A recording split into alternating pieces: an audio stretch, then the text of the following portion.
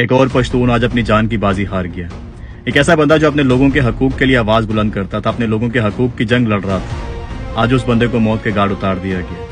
آج اس بندے کو بڑی بے دردی سے شہید کر دیا گیا اور اس کو شہید کرنے والے کو بڑی چلاکی کے ساتھ اس ملک سے بھگا دیا گیا.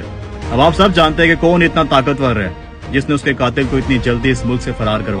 یہ پہلا پشتون نہیں ہے جس نے اس دھرتی ماں سے محبت کا ثبوت دیا ہو. اس سے پہلے بھی ہمارے کئی پشتون، کئی بلوچ اسی طرح اپنی جان کی بازی ہار چکے ہیں، اسی طرح دھرتی ماں سے محبت کا ثبوت دے چکے ہیں. غلام الوزیر کا تعلق پاکستان تحریک انصاف سے نہیں تھا، اس کا تعلق منظور پشتین کی بنائی ہوئی پی ٹی ایم سے تھا. اس لیے پاکستان تحریک انصاف کے لوگ اس کے لیے آواز بلند نہیں کر رہے. وہ بڑے بڑے صحافی جو پچھلے 2 سال سے اس ملک میں انصاف کی جنگ لڑ رہے ہیں، اس ملک میں مظلوموں کے حق کے لیے آواز بلند کر رہے ہیں، وہ غلام الوزیر کے لیے آواز بلند نہیں کر رہے. میرے خیال سے ان کو لگتا ہے کہ اگر تو غلام الوزیر پی ٹی آئی سے ہوتا تو شاید وہ اس کے حق کے لیے آواز بلند کرتے. ایسا کیوں؟ مظلوم کا تعلق کسی پارٹی سے نہیں ہوتا، مظلوم کا تعلق کسی مذہب سے، کسی صوبے سے، کسی فرقے سے نہیں ہوتا. مظلوم مظلوم ہوتا ہے. ہمیں اس کے لیے آواز اٹھانی چاہیے، ہمیں اس کے ساتھ کھڑے ہونا چاہیے. وہ ہمارے لوگوں کی جنگ لڑ رہا تھا نا، ہمارے لوگوں کے لیے آواز بلند کر رہا تھا. آج اس کے ساتھ زیادتی ہوئی ہے، آج وہ اپنی جان کی بازی ہار گیا.